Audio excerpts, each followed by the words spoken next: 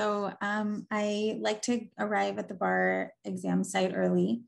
And I did. I think I was there 45 minutes early on the first day of the bar exam, had all my stuff set up, my little wax earbuds things, everything that I thought I would need. I'd gone to the bathroom like way too many times just to make sure everything had been emptied out.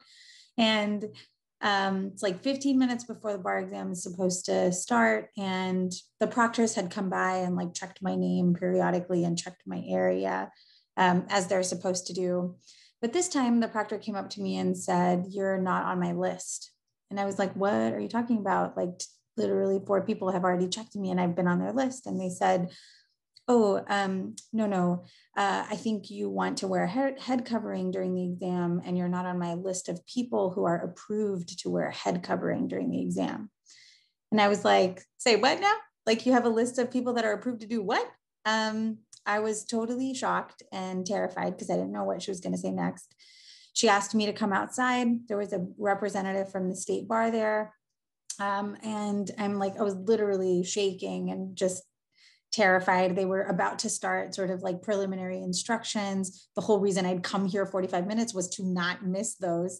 And I was outside with the state bar representative who told me that I had to obtain authorization before the bar exam date to wear a head covering per the bar exam rules. And because I hadn't done that, he was going to write me up and he gave me a pink slip. That was a notice of violation of exam rules.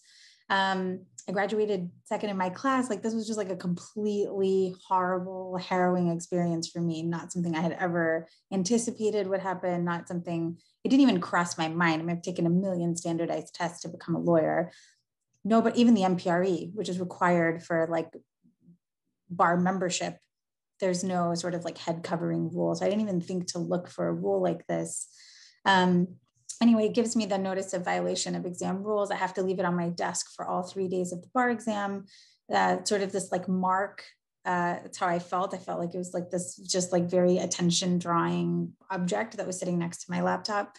And I asked the representative from the state bar, what are the consequences of this notice? Because like, are you still going to let me take the test? I spent the whole summer studying for it. And he said, "Oh, you can still take the test, but they might throw your score out.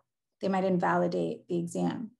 So I was, okay, well, all right. So I had to march back in to my desk with my pink slip and leave my pink slip on the table. And I think it was like 8:27 or 8:28. I had just minutes left and I was shaking. I remember taking those diaphragmatic breaths, Hamza, and trying to calm my body because I don't know. I don't think I've shook the way that I was shaking that day. And I prayed because what else are you supposed to do in that situation? I didn't have my phone. I couldn't call anybody for help to figure out like what on earth to do. And God heard my prayer that day because I booted up the exam. And the first question was a civil procedure question. The second was real property. And the third was criminal procedure.